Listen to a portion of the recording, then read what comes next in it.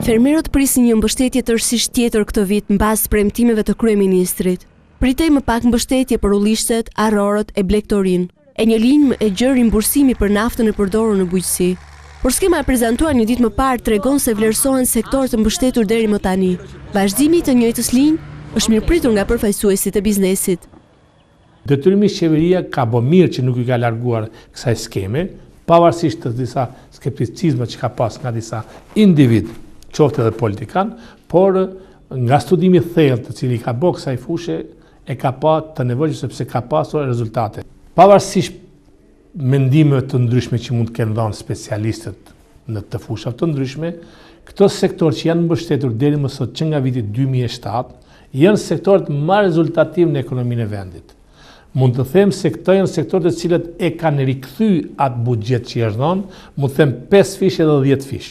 E drejtuesit e Kash duket se kanë bindur qeverinë edhe për rrezikun e abuzimeve me naftën për bujqësinë.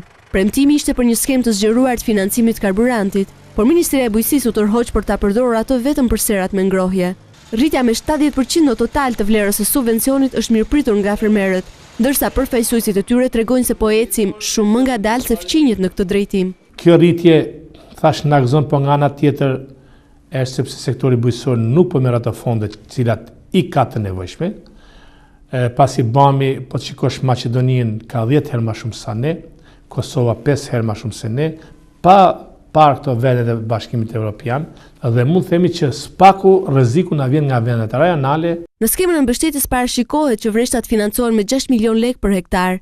Kooperativat që blejnë makineri bujqësore krijojnë magazina me 7 milion lekë për hektar. Ato që kanë vendosur të kultivojnë bimë mjekësore mund të përfitojnë 250.000 lekë për hektar, ashtu si edhe prodhuesit e farave dhe fidanëve.